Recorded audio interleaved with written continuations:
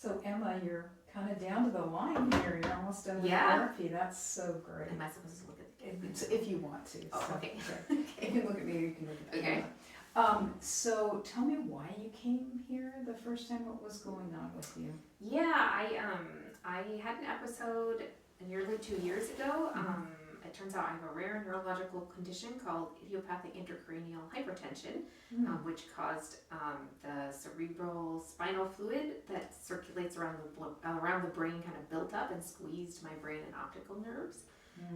And so right afterwards it was pretty extreme. I walked with a walker and I could only stay awake for 20 seconds, and then I slowly improved from there. And the doctors, my specialists in neurology, basically just said kind of get a lot of rest and things will get better. But after a year, I was trying to go back to life, full-time job, raising a toddler, and I just was having such a hard time keeping up. I felt really, really tired. I had a lot of tinnitus. I found it very difficult to read, even just emails for work and certainly not books. And I have a PhD in art history, so I'm very accustomed to reading a lot, so that was a big shift for me. And a lot of cognitive fatigue, just even holding conversations.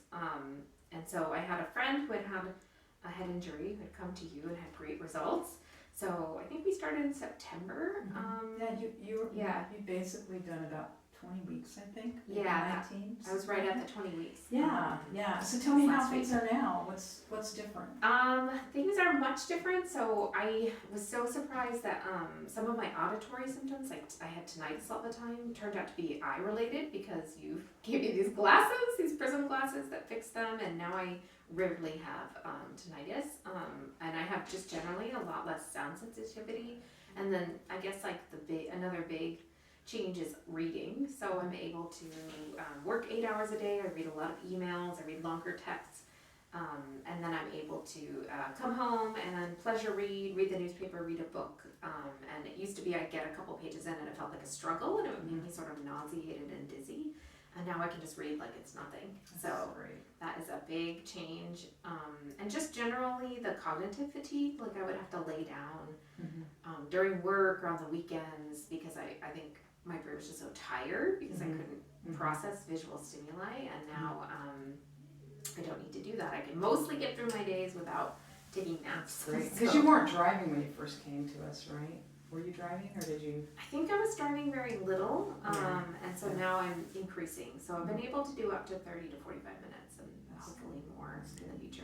Yeah. So most people don't recognize that we're not like doing eye exercise, we're actually doing brain exercises. Yeah. And so what happens in a brain injury, even of the kind that you have, which is very rare, right?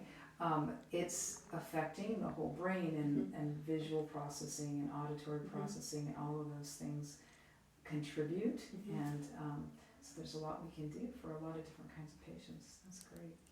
And you really worked hard too, so that definitely made your abilities shoot up faster too. So, because you kind of actually exceeded my expectations as far as how the length of time to do therapy, so that's really good. Yeah. I just gotta stick with your exercise. Yeah. Thank you.